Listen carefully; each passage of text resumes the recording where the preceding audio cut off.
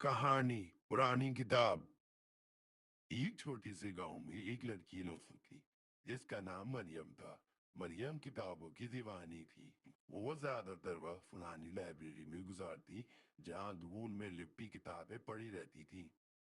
गांव के लोग उस लाइब्रेरी को गैर अहम समझते थे और शायद ही कभी वहां जाते।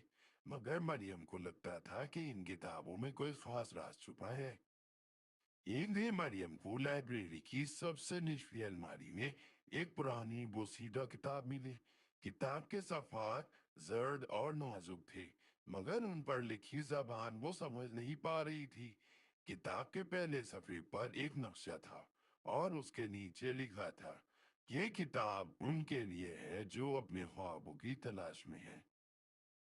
मरियम हैरान हुई और सोचने लगी, ये किताब आखिर किसके लिए है? क्या ये मेरा ख्वाब पूरा करने में मदद कर सकती है?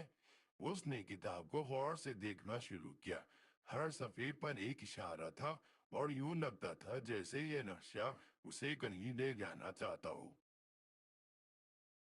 मरियम ने अपने दोस्त अली को ये राज बताया, जो कि बहुत अक्लमंद और बहादुर था।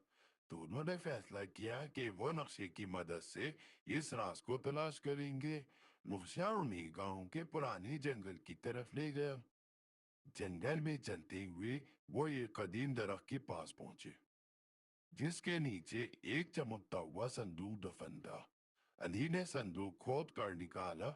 जब उन्होंने संदूक खोला तो उसमें एक किताब और कुछ सिक्के और एक खत था। खत में लिखा था, जो लोग इल्म की तलाश में हैं उनके लिए सबसे बड़ा खजाना इल्म है और इनके कदर इनाम से बढ़कर है। मरियम समझ गई कि ये किताब उसके लिए एक सबक थी। वो किताबों की मोहब्बत और उनमें छुपे इल्म के राजों को हमेशा के लिए समझ गई।